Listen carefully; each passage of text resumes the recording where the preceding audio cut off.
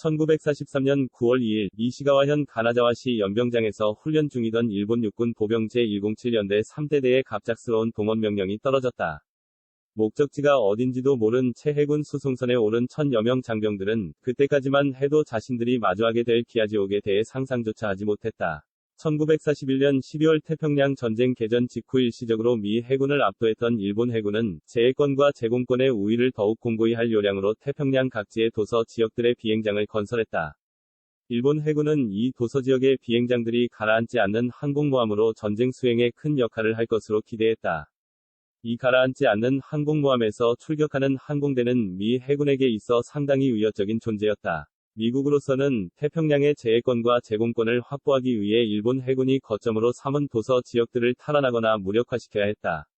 미군이 본격적으로 반격을 개시하고 일본 해군의 함대가 위축되자 가라앉지 않는 항공모함은 금세 약점을 드러냈다.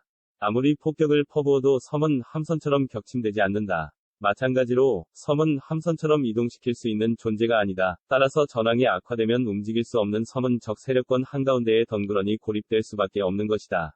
미 해군이 점차 태평양의 바다를 장악하면서 일본군 섬이 고립되는 일도 많아졌다. 고립된 섬을 버릴 것인지 사수할 것인지를 결정해야 할 때 대부분의 경우 일본군은 섬을 사수하는 쪽을 택했다. 그러나 적의 압도적 전력에 맞서 고립된 섬을 사수하는 것은 쉬운 일이 아니었다. 아집으로 밀어붙인 도서 지역 방어전은 항상 파국으로 끝이 났다. 비행장 하나를 탈환하기 위해 시작한 과달카날 전투에서 일본군은 2만여 명의 병력과 38척 군함, 683기의 항공기를 잃었다. 당시 대본령, 제국 일본의 전쟁지도부에서는 절대국방권을 설정해 방어선을 촘촘히 하는 것으로 과달카날 전투와 같은 파국을 피하고자 했다. 그러나 해군 측에서는 절대국방권 밖에 위치한 마셜 제도, 길버트 제도와 같은 거점들을 포기할 생각이 없었다. 이들 도서지역에는 일본 해군이 공들여 구축한 비행장들이 있었다. 절대국방권 밖에 있는 섬들을 방어하는 것은 역량 밖의 일이며 힘을 분산시킬 뿐이라는 육군 측의 반대에도 불구하고 해군은 완강했다. 남방의 도서지역에서 결전을 벌인다는 해군의 고집에 결국 육군은 해당 섬들을 방어하기 위한 지상군 병력을 파견할 수밖에 없었다. 1943년 9월 2일 동원된 107연대 역시 해군이 고집하던 결전을 위해 파견된 병력이었다. 107연대 장병들은 같은 해 12월 1일에 마셜 제도에 위치한 밀리 환초에 상륙하였다. 약 2m 만 땅을 파도 해수가 솟는 이 척박한 산호섬에는 이미 3,000여 명 해군 수비대가 장차 다가올 미군의 상륙에 맞서는 방어전을 준비하고 있었다. 107연대는 이들 해군 수비대로부터 지휘뿐만 아니라 식량 배식까지 받게 되었다. 식량과 탄약을 실어 나르기 위해 수평선에서 모습을 드러내던 해군의 보급선은 밀리 환초에서 생활하던 육해군 장병들에게 있어 유일한 생명줄이었다. 그러나 해군이 마셜 제도에서의 제해권을 상실하고 보급선이 격침되면서 밀리 환초는 본국으로부터 완전히 보급이 끊기게 된다. 1944년 초의 시점에서 타라와 마킨, 콰잘린 등 주변 마셜 제도의 섬들은 미군의 발 아래 놓이게 됐다. 밀리 환초는 완전히 고립무원의 상태로 전락했다. 미군은 고립된 밀리 환초에 일본군이 기하로 자멸할 것이라 판단했으므로 밀리 환초를 내버려두고 다른 작전에 힘을 쏟았다. 미군의 예상은 적중했다. 밀리 환초의 일본군 병력들은 극심한 기하 상태에 빠지게 됐다. 1944년 1월 정량보다 20% 줄어들었던 배식량은 반년 뒤엔 정량보다 70%나 줄어든 수준이 됐다. 이마저도 서류상 보급 계획에 불과한 것으로 실제 상황은 더욱 참담했을 것으로 보인다. 해군은 잠수함을 이용해 밀리 환초로 보급을 실시하겠노라 쇼와 천황에게 보고했지만 보급 물자를 실은 잠수함이 밀리 환초에 닿는 일은 단 한 번도 없었다.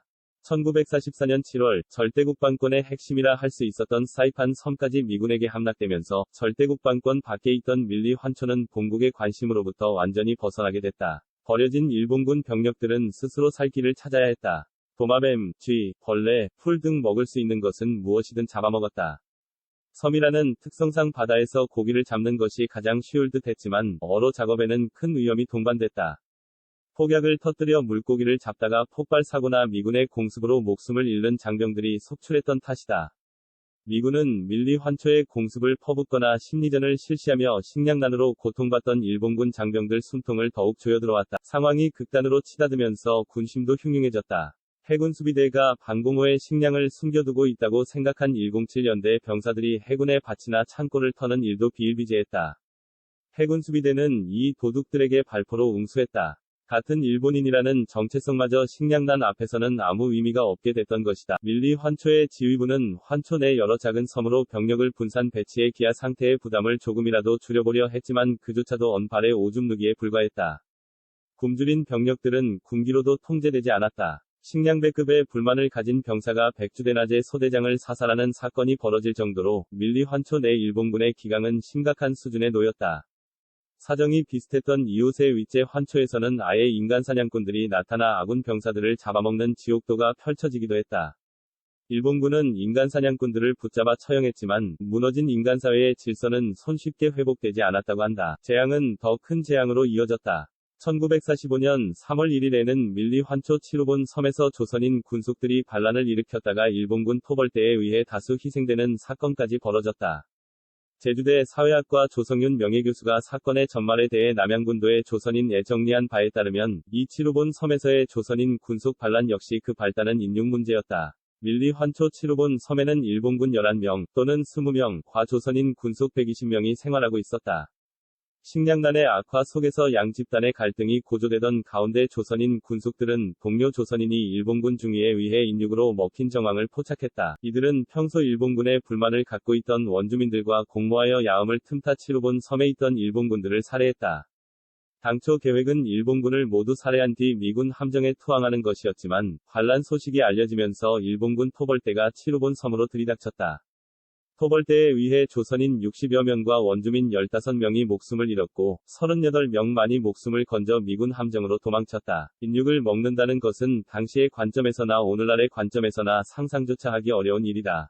그러나 밀리 환초에 고립된 채 굶주리던 일본군 장병들에게 있어 인육은 전설이나 소설이 아닌 현실, 즉 눈앞에 당면하게 된 존재였다. 그들은 먼저 죽은 전우의 시신에서 살점을 도련에 씹어 삼키며 절망적인 하루하루를 넘겼다고 한다. 굶어 죽은 전우를 잡아먹었다는 것을 대놓고 발설할 수 없었기에 사망자들 사이는 미군의 공습 등으로 기록되었다.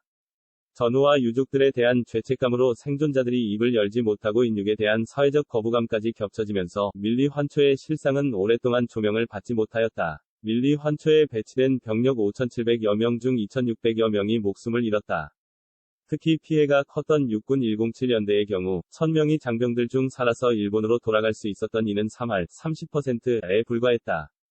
밀리 환초에 미군이 상륙하지 않았음에도 이 같은 엄청난 피해가 발생한 것은 제국 일본 지도부의 무책임이라고밖에 달리 설명이 되지 않는다. 실제로 전쟁 기간에 발생한 일본군 전체 전몰자의 6할의 사인은 아사와 병사였다.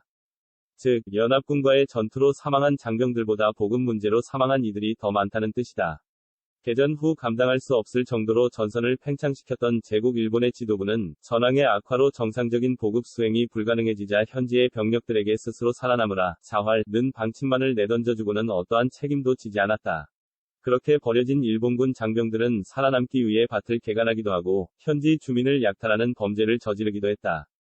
인육까지 난무했던 밀리 환초의 비극은 그 절정이었다. 이들의 싸움, 이들의 희생에는 도대체 어떤 의미가 있었던 것일까? 전몰자들이 부조리하게 강요받은 전쟁과 죽음이 나라를 위한 것으로 미화되는 현실 위에서 이 질문에 답하기는 쉽지 않다. 발전적인 역사론에 그것은 화려한 미사여구를 넘어 국가의 무책임을 날것 그대로 마주하는 것에서부터 시작될 수 있는 게 아닐까 싶다.